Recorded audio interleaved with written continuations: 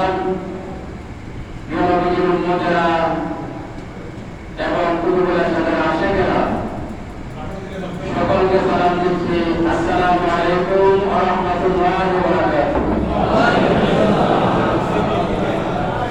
আল্লাহ পাকের দরবারে লাখো কোটি শুকরিয়া আদায় করছি যে মহান রব্বুল আলামিন আমাদেরকে পবিত্র রবিউল আউয়াল মাসে নবীর আগমনের মাসে আমরা এই কুতুবের সাথে দরবারে এই রবিউল আউয়াল মাসের দ্বিতীয় জুমার দিন জুমার নামাজ পড়ার জন্য আমরা এসে পেরেছি এবং বসতে পেরেছি। প্রিয় নবীর সামনে সংক্ষিপ্ত দুরূদ শরীফ পড়তে পেরেছি। আল্লাহ রাব্বুল আলামিন আমাদেরকে সুযোগ করে দিয়েছেন, তাই শুকরিয়া আদায় সকলে বলে আলহামদুলিল্লাহ। আর জোরে বলে আলহামদুলিল্লাহ।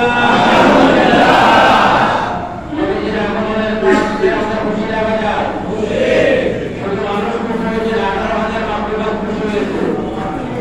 নবীজির আগমনে শুধু মানুষ খুশি, 18,000 মাখলুকাত খুশি হয়েছে। কে খুশি হয়েছে? 18,000 মাখলুকাত যারা আছে, সমস্ত প্রাণী, এই সমস্ত পশু পাখি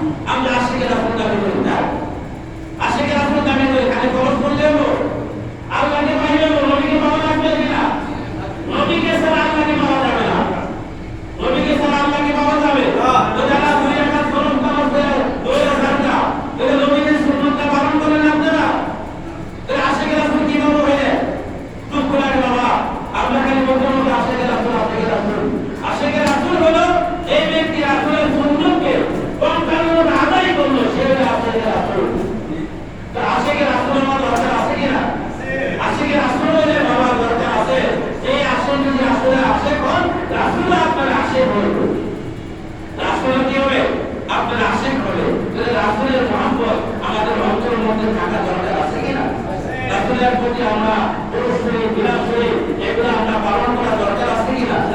আছে কিনা বাবা? রাসূলের প্রেম ভালোবাসা আমাদের অন্তরে থাকতে হবে, আমরা পালন করতে হবে, মুখোমুখি বলে বাবা হবে না, আমরা সঠিকভাবে আদায় করতে হবে। যে ব্যক্তি রাসূলের সুন্নতকে আদায় করবে সেই ব্যক্তি আশিকে রাসূল। কেননা বাবা বুঝার জন্য ঘটনা ঘটতেছে, জালালউদ্দিন সুয়ুতী রহমাতুল্লাহ আলাইহি একজন বিশিষ্ট আল্লাহর ওলি ছিলেন, বলেছিলেন না? জালালউদ্দিন রুমি একজন আল্লাহর বিশিষ্ট ওলি ছিলেন, আমরা জানি কিনা? জানি কিনা সবাই? উনি একজন আল্লাহর ওলি ছিলেন। ওনার কিতাবের মধ্যে ঘটনা বর্ণনা করছেন। বাগদাদ শরীফের মধ্যে একজন সওদাগর ছিলেন। কি ছিলেন? একজন সওদাগর, মানে ব্যবসায়ী ছিলেন। বাগদাদ শরীফের মধ্যে একজন ব্যবসায়ী ছিলেন জালালউদ্দিন রুমি রহমাতুল্লাহ আলাইহি। ওনার কিতাবের মধ্যে বর্ণনা করতেছেন বাগদাদ শরীফের মধ্যে একজন সওদাগর ছিলেন, ব্যবসায়ী ছিলেন। উনি কিছুদিন পর পর নবীজির মহব্বতে মিলাদ মাহফিলের আয়োজন করতেন। কার মহব্বতে? নবীজির মহব্বতে কিছুদিন পর পর কি করতেন? শুধু রবিউল আউয়াল মাস না, সবসময় কি করতেন? সময় পাইলে নবীজির মহব্বতে মিলাদের আয়োজন করতেন, তাওয়াজ্জুহের ব্যবস্থা করতেন। জালালউদ্দিন সুয়ুতী রহমাতুল্লাহ আলাইহি ওনার কিতাবের মধ্যে উল্লেখ করতেন, ওই সওদাগর সাহেব কিছুদিন পর পর কি করতেন? মিলাদ মাহফিলের আয়োজন করতেন। এইভাবে মিলাদ মাহফিলের আয়োজন করতে একদিন মিলাদ মাহফিলের আয়োজন করতে ওনার বাড়িতে অনেক মানুষ আসছে। আর ওনার পাশের মধ্যে একজন ইহুদি বাস করত। একদিন ইহুদি ওনার বিবি বলতেছেন, স্বামী তো ওই বাড়িতে এত মুসলমানদের বাড়িতে এত মানুষ কেন, এত ধুমধাম কেন, এত মানুষের বাড়িতে আগমন কেন? তখন ইহুদি বলতেছেন, তার বিবিকে বলতেছেন, মুসলমানরা তাদের নবীর সম্মান সম্পর্কে আলোচনা করতেছে। সুবহানাল্লাহ।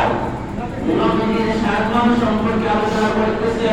ইহুদি বলতেছে, দেখেন নবীর সম্মান, মুসলমানদের নবীদের তাদের আলোচনা, তাদের নবীদের আলোচনা করতেছে। এই কথা বলার পরে ইহুদির বিবি মনের মধ্যে আগ্রহ জাগলো, আমি মাহফিলে যাই আবার শোনার আগ্রহ জাগে, আমার তারা কি আলোচনা করে, আমার মনে চাই এই মাহফিলে যাওয়ার জন্য। কি বলতেছে? ইহুদির বিবি বলতেছে, আমার মনে চায় এই তাদের মাহফিলে যাইয়া আমি আলোচনা শুনবো, কিন্তু একদিকটা হইলাম আমি মহিলা মানুষ, আবার হইলাম বিধর্মী। একদিকটা মহিলা, আবার হইলাম বিধর্মী। আমি কিভাবে যাই? মনের মধ্যে দুঃখ নিয়ে রাত্রের বেলা ঘুমায় আছে, এমন সময়ের মধ্যে ঘুমের মধ্যে দেখতেছে আল্লাহ রাসূল ওই সওদাগরের বাড়িতে যাইতেছে। আল্লাহ রাসূল কার বাড়িতে যাইতেছে? ইহুদি মহিলারা দেখতেছে। কে দেখতেছে? ইহুদি মহিলারা দেখতেছে আল্লাহ রাসূল সওদাগরের বাড়িতে যাইতেছে। তখন জিজ্ঞাসা করতেছেন, ইয়া রাসূলুল্লাহ, আপনি কোথায় যাচ্ছেন? বলতেছে, আমি সওদাগরের বাড়িতে যাচ্ছি, ওনার মেহমান হয়ে ওনার বাড়িতে যাচ্ছি। সুবহানাল্লাহ।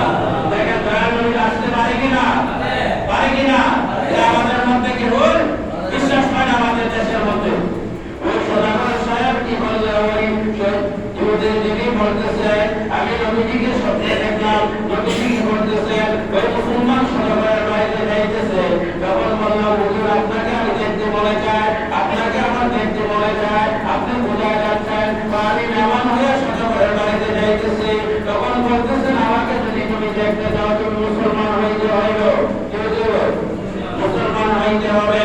তখন বললেন, ইয়া রাসূলুল্লাহ, ইয়া হাবিবাল্লাহ, আপনি আমাকে পড়াই দেন লা ইলাহা ইল্লাল্লাহ মুহাম্মাদুর রাসূলুল্লাহ সাল্লাল্লাহু আলাইহি ওয়াসাল্লাম। ওই ইহুদি ঘুমের মধ্যে মুসলমান হয়ে গেলেন। কিসের মধ্যে? ঘুমের মধ্যে রাসূলের কালমা পড়ে মুসলমান হয়ে গেলেন। দেখেন কত ভাগ্যবান। ওই মনের মধ্যে একটু আগ্রহ প্রকাশ করে ঘুমাই রয়েছে, আমি কি নবীকে দেখতে পারতাম, ওই নবীজির কথা শুনতে পারতাম, আমার ভালো লাগতো। নবীজি তার গুণগান আমরা শুনতে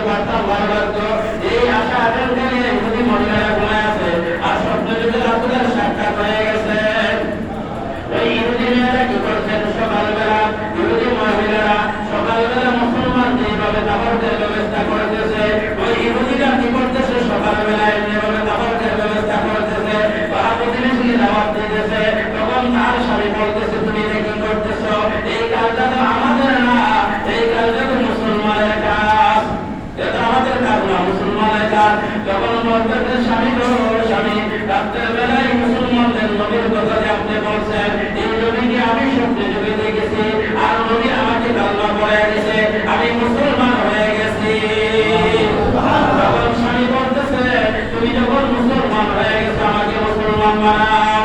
তখন ওই মহিলার কাছে কলমা পড়ে ওই ইহুদি হয়ে গেলেন, মুসলমান হয়ে গেলেন। আর সমাজের মধ্যে সকলকে দাওয়াত দিয়ে জানাইয়া দিলেন, সমাজের মুসলমানরা তোমরা জানিয়ে রাখো, যে ব্যক্তি মুসলমান নবীকে ভালোবাসে, যে ব্যক্তি নবীকে মহব্বত করে, সেই ব্যক্তি নবীজির গুণ কীর্তন গায়, নবীজির প্রেম ভালোবাসা নিয়ে কি করে মিলাদের আয়োজন করে, সেই মিলাদের মধ্যে রাসূল পাক সাল্লাল্লাহু আলাইহি ওয়াসাল্লাম আইতে পারে। আমি ওই কি করছি, সদাগরের বাড়িতে রাসূল পাক সাল্লাল্লাহু আলাইহি ওয়াসাল্লাম আসছে, আমি তার কাছে স্বপ্নে যদি মুসলমান হইয়া আমি কি করেছি, এখন মিলাদ মাহফিলের আয়োজন করেছি। দেখেন মুসলমান একটা ইহুদি হইয়া রাসূলের প্রেম ভালোবাসা যদি তার অন্তরের কারণে আল্লাহ পাক তাকে মুসলমান বানায় দিতে পারে। আর মুসলমান হইয়া আমরা নবীজির প্রেম ভালোবাসা আমাদের অন্তরে ভালো রাখতে না, আমরা ঈদে মিলাদুন নবী মানে কিন্তু সিরাতুন নবী মানি না। আর মুসলমান হিসেবে তোমরা মানতে হবে, একটা মানলে আরেকটা মানলে চলবে না। তোমরা মানতে হবে, ঈদে মিলাদুন নবী মানতে হবে এবং সিরাতুন নবী মানতে হবে। একটা আবার কি করে রাতে রাসূল বলে, রাতে রাসূল কি করে সিরাতুন নবী, ঈদে মিলাদুন নবী পালন করো, সিরাতুন নবীকে রাতে করো, আলহামদুলিল্লাহ এটা না বুঝতে পারো। সিরাতুন নবী কি এটা বোঝে না, এই জন্য এই রাতে রাসূল কয়টা পাওয়া সেই রাসূলকে রাতে মারা হয়, রাসূলকে কি মারা হয়, রাতে মারা। সিরাতুন নবী কার? রাসূলের এই 63 বছরের জিন্দেগীর মধ্যে যে 23 বছর রাসূল সাল্লাল্লাহু আলাইহি ওয়াসাল্লাম ইসলামের দাওয়াত দিয়েছে, এই 23 বছর হলো সিরাতুন নবী। আর রাসূল সাল্লাল্লাহু আলাইহি ওয়াসাল্লাম জন্মগ্রহণ করেছিলেন এই ঈদে মিলাদুন নবী। তো একটা ছাড়া একটা চলবে বাবা, একটা ছাড়া একটা চলবে না। এই জন্য কি রাখবে, জমা রাখবে, ঈদে মিলাদুন নবী পালন করতে হবে, সিরাতুন নবী পালন করতে হবে। একটা দিকে পালন করে একটা পালন সে প্রকৃত মুসলমান হতে পারে না। বলে দেখেন একজন ইহুদি হইয়া নবীজির প্রেম ভালোবাসা নিয়ে কি করেছে, সে মুসলমান হয়ে গেছে। আর আমরা নবীজির প্রেম ভালোবাসা নিয়ে ঈদে মিলাদুন নবী পালন করলে আমরা বেকার হয়ে যায়। বলে কিনা বাবা, বলে কিনা বাবা, ঈদে মিলাদুন নবী পালন করা শিরক পর্যন্ত বলে একজন মানুষ, বলে কিনা। আর রাসূল পাক সাল্লাল্লাহু আলাইহি ওয়াসাল্লাম বিশিষ্ট চারজন সাহাবী, এই সাহাবী কিতাবের মধ্যে বর্ণনা করেছেন ঈদে মিলাদুন নবী সম্পর্কে, আলোচনা সম্পর্কে, ঈদে মিলাদুন নবী পালন করলে কি সওয়াব হয়, এই সম্পর্কে অল্প সময়ের মধ্যে আমি বলবো, যাতে আমরা আমল করতে পারি, কি করতে পারি।